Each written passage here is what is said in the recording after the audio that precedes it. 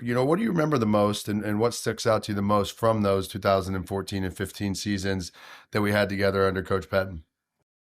Yeah, so I'll start with the bad. Like the things that I saw that I didn't like was like missing meetings, not showing up, where especially, like right after you got drafted, where it's optional, it's OTAs and it's off season, which used to be a lot more than it is now.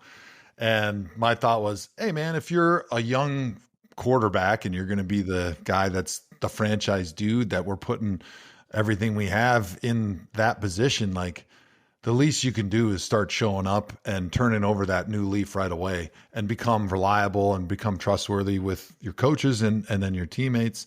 And then seeing some of the quarterbacks that I'd worked with that didn't have the talent, that were putting in like the long hours and they were studying their film and they were doing all the things to try to be great. And then seeing you not doing all those same things, I was like, well, is he taking it seriously or not? Like, I didn't know kind of where your head was in those moments about if you felt that like this was everything you got going on in your life and you're willing to risk everything to put all that you have into being a great quarterback. And I do wonder to this day, like, had you been able to do that because of your great talent and you're obviously super bright, and if you would have done that, like what type of player you could have been. And I wonder for myself, for the Browns organization, but also for you, like, would that have changed the story of your NFL career had you been willing to like put in that time and just completely commit yourself to being the quarterback? So I'll let you answer that first, and then we'll go to Yeah, the really no, good stuff. 100%. I mean, I feel like um, just how my college career was and how my college offense was so simple to the point of where like you didn't have to grind the film, you didn't have to learn defenses, you didn't have to really get into the fine detail of the game. And when I got to Cleveland, um, it got to a point where it like really overwhelmed me a little bit at times. And then as it started to overwhelm me a little bit, I just got frustrated and kind of, you know, it's I had things in my life, people in my life, a girlfriend in my life and like priorities in my life that weren't always being in the building and being football. I think I let getting drafted to Cleveland from the second that I got to Berea the first day after the draft. I think I just was negative on it. I think I never really gave it a chance. I never really saw or envisioned myself having the success there. And I think I just let a lot of these things compound. And then, as you're signed to LeBron's marketing agency and they're going to the finals and you're in OTA time and you take a plane and you'd rather sit courtside than sit there and be at the 7 a.m. meeting with Kyle Shanahan the next morning, or you're flying back in and you're landing at the Berea airport at 6:30 in the morning and you're making it to the meeting with 5 minutes to spare. As I look back now, I can answer that question in a way that would be, if I would have done the things, if I would have had a guy like Josh McCown there that first year that would have been like, hey, we get in the building at this time. This is what we do. We do this together. I would have had a real chance. I never, me showing up for a 7:30 team meeting and walking in the building at 7:15 and being like, oh, I'm on time was like my thought process. Like I didn't see the bad in it. And like the thing about our quarterback room that first year is Dow Loggins, we were such good friends and such good buddies and like SEC guys and had so much to talk about. And we'd sit back in a room after a Thursday night game where you go on the weekend or on a bye week, and we'd sit and talk about what we did during the week, and we'd laugh about it. It was just wasn't as serious as Kyle was. He would come in, lay the hammer down, and then go back and work on a game plan, and Dal would be in there with us. And it's no, at the end of the day, it always comes back down to me and the individual and the person. But it was really buddy, and it didn't flip until the next year when Flip and McConnell and O'Connell and Josh and those guys were in the room. So I feel like if I would have had a guy like that my first year and really, learned what it was, when you're supposed to be here, quarterbacks get in at this time. This is what we do. We stay after, we come in with you guys and sit down on some of these special plays every single week and make sure we know how we're going to block this when we get a certain look. A lot of that really didn't start happening until a year later. And in the first year, I got really comfortable in being in the backup role. You know, Hoyer was a guy that was going for his opportunity to finally be a starter that he had been waiting on his whole career for. I saw him take shots throughout that year that most people would come out of the game for. He was not coming out of the game without a bulldozer taking him out of that stadium. And I have a lot of respect for him in that regard. And you know what?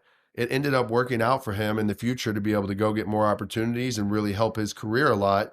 But from a me perspective and standpoint, I think I just got comfortable. I got comfortable with the 6 reps a week, the 6 reps a day, you know, the role of the backup, and still learning. But, throughout that first year, even, there was a lot of, there wasn't a lot of, you know, cohesiveness, I would say, between front office and coaching staff. Because like as that year kind of went on, I remember, I would play sparingly a little bit here and there. I came in against Buffalo on a really cold day that we had. We had a couple good drives. Then we go into the next week. Brian's back starting again, and then, you know, we had a game against Atlanta that year where Josh Gordon finally came back and we played okay and really should have won that game. But for me to even be thrown in there and be the starter that year, just with what I was doing and how I was preparing, I just wasn't ready to be able to do it yet. And half of the front office thought I was, and probably half of the coaching staff probably thought I wasn't. There's a lot of just so much turmoil in the front office within that organization at that time. For the Cleveland Browns, you had a GM was kind of hired late in the process, head coach hired late. They weren't really on the same page on a lot of stuff. Then you had Kyle who was there, and him and head coach didn't really get along, and so they didn't see eye to eye. And then of course Kyle leaves the next year. There just wasn't that stability to help a player like you to be able to come in and then also have that Josh McCown type whose really dedicated role is there as a backup to be like, hey, I've been in this league a long time. This is how you do it. I felt really lucky because my rookie year, we had a bunch of old guys in the room who knew how to do it right. And they taught me so much, and not even just stuff on the field, but just like, all right, here's how to be a pro. This is when we show up. This is when we lift weights. This is what we're going to do during lunch. We're going to watch film. This is how you take notes. This is what you should look for when we're watching film. And those are the things that that wisdom that I tried to impart on the young guys when I was there, because I saw how beneficial it was for me. And I totally think that, like, structurally, when you got a guy like you who had all that great success and all that talent, but obviously didn't know how to work like a pro yet, especially at the quarterback position, which is above and beyond everything else that every other position in the NFL requires, like not having that person to like sort of teach you and be your mentor, I think was a huge failure on our part with the Browns, because they didn't have that structure built up to help teach you, right? I think you were a willing learner. And this is going to what I was going to say before about like, okay, that's the bad, here's the good. Whenever everyone would always ask me, right, because you're a huge star, people would be like, hey, what's it like to play with Johnny? What's he like here and there? And I'd always say, like, I think he's really misunderstood because he is a great dude. Like, he is fun to be around. He's got a huge heart. He's got great empathy. He's a wonderful person, right? Does he have his flaws, right? Is there like a lot of problems in his personal life and the way that he handles himself, the way he works in football? Yes. But I think he's willing to make those changes, but I just don't think that structure was there for you and you weren't going to do it yourself. But as a dude, I am curious, because I also say this, like, I think because you were such a great guy that people like to be around, did that actually hurt you as a football player? Because everybody did want to hang out with you, right? You were such a big star, not just like people in Cleveland. Like, okay, if you're a Browns fan, people in Cleveland want to hang out with you, but like LeBron, Drake, like all these big stars, because you were up here as far as like fame level.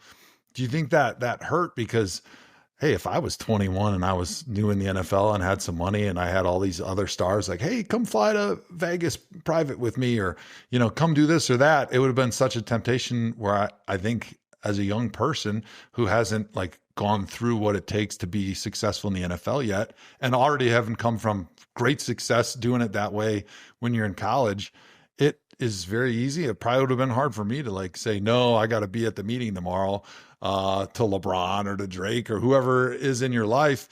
And I think that would have been really, really challenging. And I imagine that probably played into the fact that you weren't able to ever get your NFL career on the right path, and you were never able to learn what it takes to be a pro at quarterback. So had you been a dick, had you been no fun to be around, that may have actually helped your NFL career at quarterback a little bit.